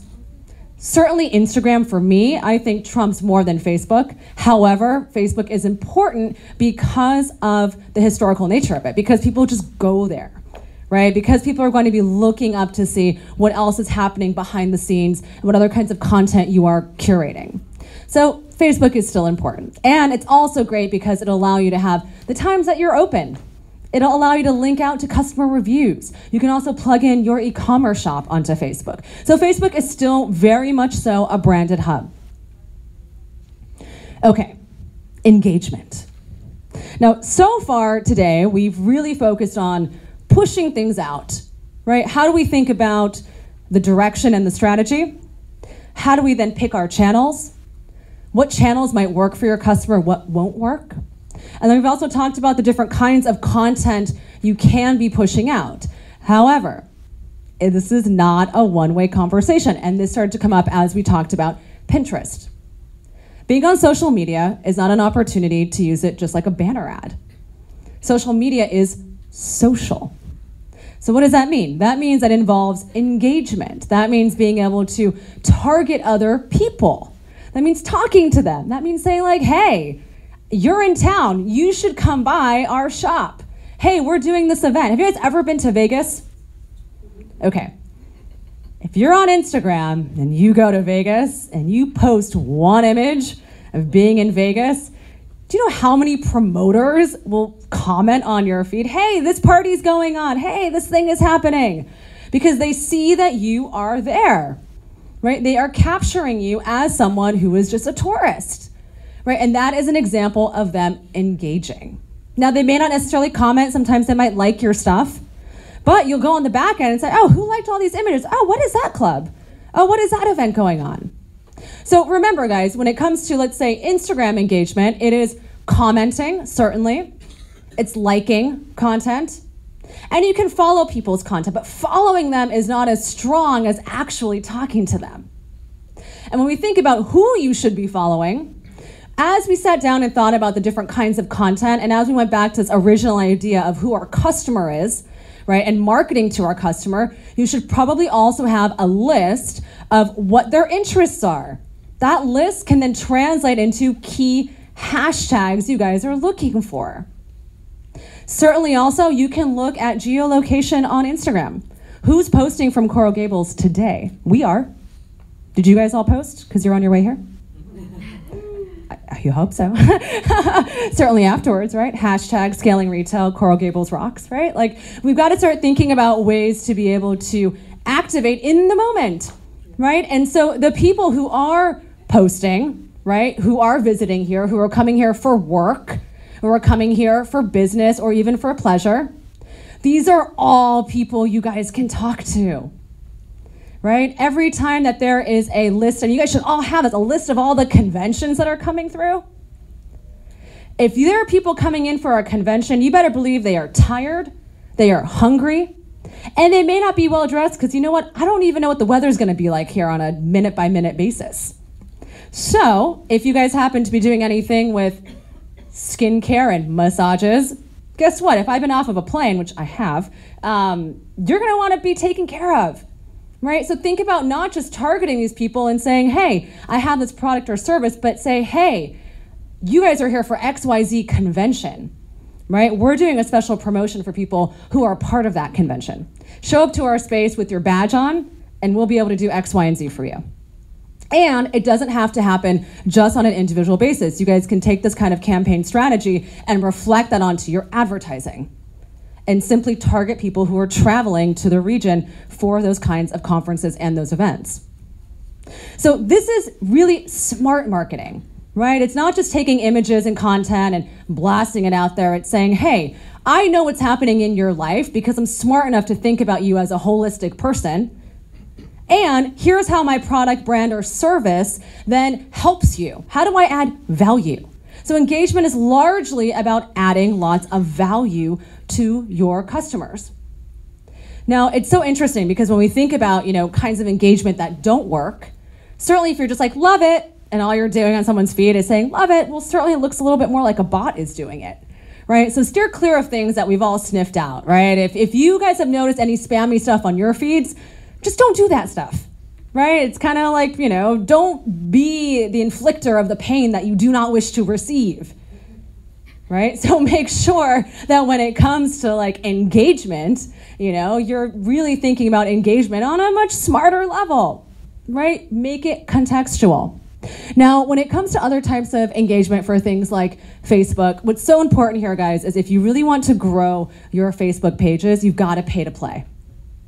The way the algorithms are set up is in such a way where it's not as easy to just like find businesses, right? Things have changed in the last few years. If Facebook is where your customer is at, if they're engaging on Facebook, then spend some money on a monthly basis to get in front of them. Boost your posts. It doesn't have to be come to our XYZ place, but boost your posts. This is gonna help you push out more relevant content to them. Again, it doesn't always have to be salesy. Yes? What is your take on this new gadget that you can put on your phone? It's Android and sends a text message for anybody around you, like 20 miles around. That's incredible. Do that. Do it. And you know what? The people who are just starting to adapt to that, if you're one of the first people to do it, guess what?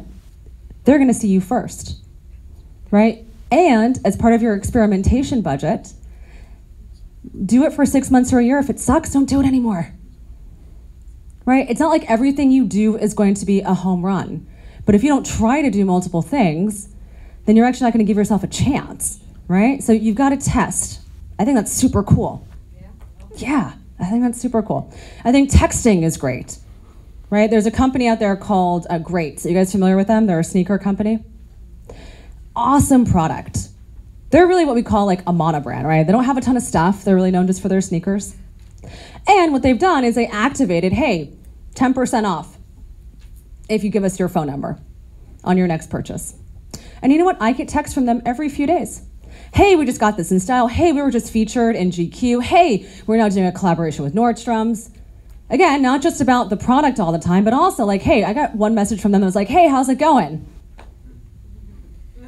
I'm fine, I'm doing all right. How are you doing, right? But what's amazing is, again, it gets the brand back into your head, right? So sometimes you may not know what combination of social activities really drives the sale, because it's a multitude of things, right? It's the consistency, it's the branding, the communication, it's the frequency, it's the channels that you're on, it's what you're doing to capture them in real life and online.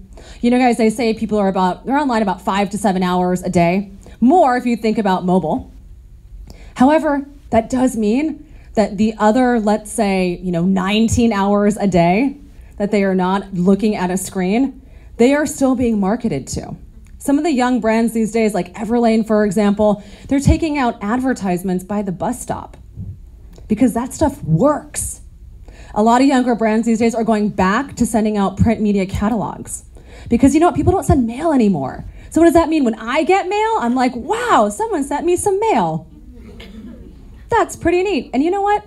it sticks around a little bit. And if the catalog's nice, it really sticks around. I'm like, oh, wow, that's so cool. Oh, they're doing an event. Oh, wow. All of a sudden, it's like your brand is sticking around their heads a little bit longer.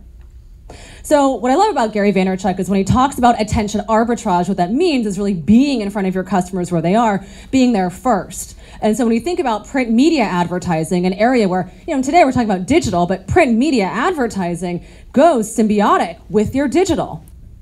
It's not just about saying, I'm going to take my ad dollars and just solely focus them in print or solely focus them in digital. It's about saying, what are the combination of activities that I'm going to be able to use to activate my customer online and in real life?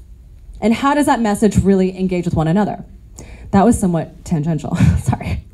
Okay, so back to Facebook. So when we think about pay-for-play, when we think about engaging with the communities, things like surveys are really interesting and exciting, things like opinions, etc. So make sure that you guys are capturing getting people to engage. Awesome. Okay, how to measure results. So unfortunately, guys, I know we don't have a whole lot of time. This information is going to be available to you in the handout as well, and that kind of goes through ways of looking at analytics and how to do that. So we're gonna skip through to the next one. Instagram, so you guys are wondering where you find the information. Here is where you find, yes? I have a question. Yes. Sometimes I go into the insights and they're not, like you can't access certain promotions and like you can't even read the insights as clearly as you can on Facebook. And I don't know if it's because of the merger of Facebook buying Instagram. I don't know what, but sometimes it just doesn't pop up. And I'm wondering if other people in the room have that issue and if you have that issue with companies or whatever, because that's one of my challenges with Instagram. Anyone else have this issue? Okay.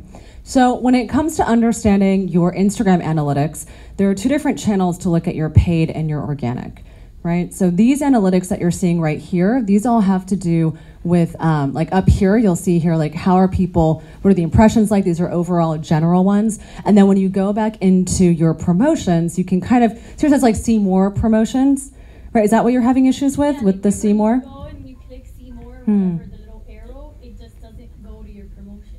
Interesting. I have not had that problem. Yeah, and then also, like, for example, I'll run a promotion, and you know how it links from Facebook to Instagram. Like, if you run it on Facebook, it'll go out. If you click... Don't do that anymore. The reason why is because the rendering of the images and also the amount of text and the call to action is totally different.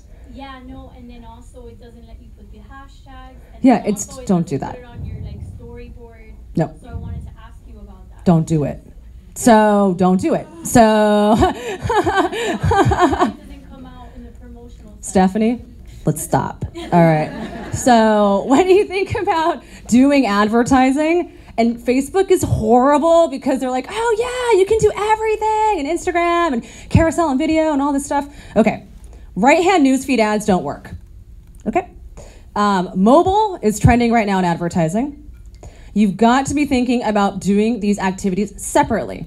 Instagram should be treated very separately as an advertising channel than Facebook, right? And the reason why is not just because of analytics, but really because of understanding the messaging and how it is you can promote that.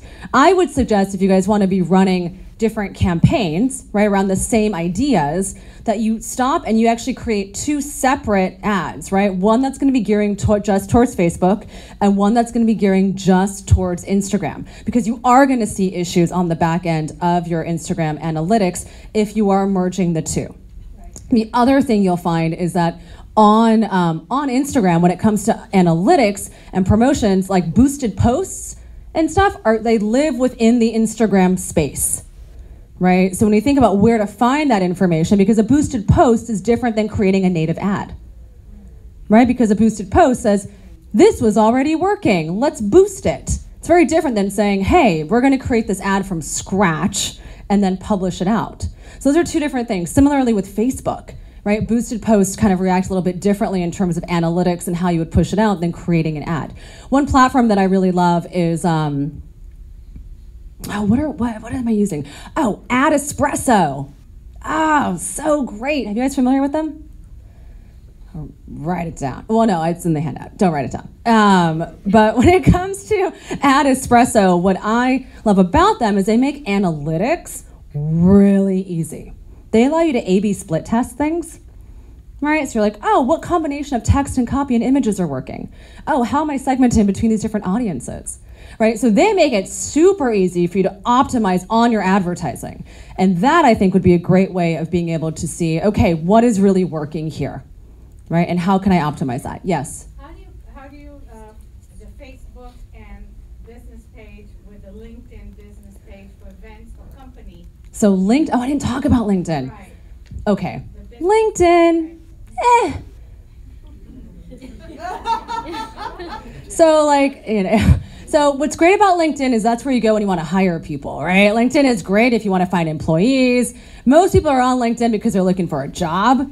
Most people are not on LinkedIn because they are trying to find out all the cool stuff happening on your company, right? So when you think about leveraging and using LinkedIn, think of it more, again, as an individual for thought leadership, and think of it as having a company profile in case you guys are hiring people, right? Or maybe you have like some PR announcements or things where it's like, this is the company bulletin board, right? Like all the major things that are happening.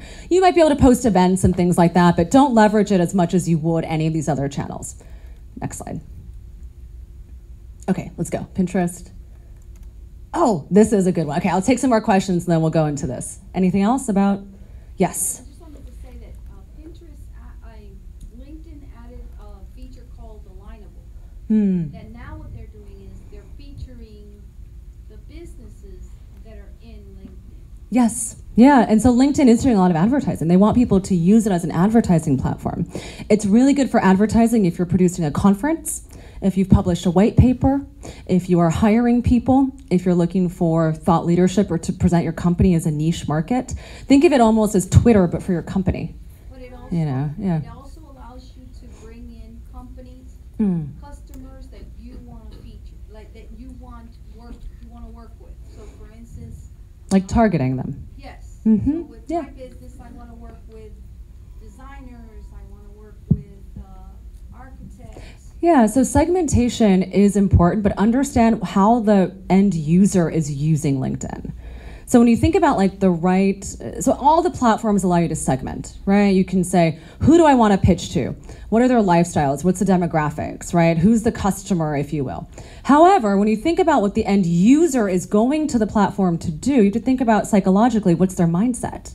So if I'm a LinkedIn user and I'm on there looking for a job, but you've targeted me because I have designer or head designer in my thing, I'm trying to sell you, I don't know, products, right? I'm not going to pay attention because I'm not on there to buy something. If I'm a resume writer, right, and I want to be on LinkedIn and promote that, that's amazing, right? Because people are on LinkedIn to look and find different kinds of information pertaining to usually like self-improvement, right? They're looking to find ways to impact their businesses or their livelihood. So if any of you guys are in information services or, marketers even here in the audience, like that would be a great way to do that. If any of you guys are real estate agents and you want to target, you target people who are looking for brick and mortar spaces, you might want to have some advertising on LinkedIn that says, hey, thinking about doing a pop-up shop or looking into some real estate, check me out, let's have a conversation. So think about LinkedIn in terms of like what the user is looking for. Okay, influencers. I love talking about influencers. I think it's such an important and valuable conversation. And I'm going to touch on a few things quickly. I know we're rapidly running out of time, but I definitely want to give this some attention. Now, when we think about influencers, we've got to be thinking about things like micro-influencers and macro-influencers. Now, a micro-influencer is someone who's got a few thousand followers, right? Maybe 3,000, maybe 5,000, but they're not macro. They're not doing big deals with Lexus. They're not doing big deals with Coach, right? They're smaller scale. Now, what's so amazing about micro-influencers is that these guys actually have better engagement. And what does that mean? Well, that means that people actually listen to what they've got to say, and they comment, and they like, and they follow. Now, micro-influencers can even be said to be people who are, let's say, have 1,000 or 1,500 followers, as long as you notice that they are getting traction on their Instagram pages. Now, how do you work with these people? Well, what's great about micro-influencers is that they tend to be on the more local and regional specific basis. right? Sometimes they might even be a thought leader or someone who's in the tri-state area, but they're not national influencers. They're not international, global influencers, right? These are people who are local, right? They've managed to harness and get a hold of, who their audience is. Now, what's so interesting about these guys is that they are also trying to build their audience just as much as you're trying to tap into them. They probably don't know how much to charge for a post. Right? They probably don't know the nature of what those contracts or agreements should look like. This is a huge advantage to you, right? Because this gives you an opportunity to say, hey, I know that you're interested in growing your business, right? You're building yourself up as an influencer. Here's what I have on the table. I want to do a collaboration. How about you come into our shop or my store, right? I'd love to gift you some product. I'd love to be able to work with you on, let's say, an Instagram takeover, etc. And these micro-influencers will help to amplify your messaging. So certainly up here, we've got here some micro-influencers. We also got some of the bigger influencers up there. Now, the issue with the macro-influencers, guys, is they charge so much money, right? Some people, when they say, is influencer activity really worth it? I say, well, how many followers and what's the engagement? And how many other brands and businesses that are like yours are they doing business with? I'm not going to tell you to save your pennies and go big for one influencer campaign. I'd rather have you break up your budgets and do lots of smaller influencer marketing campaigns that are going to help reverberate your messages to the right people. Has any of you guys ever worked with influencers? Awesome. Anyone working with micro-influencers? Amazing. Any experiences you'd like to share?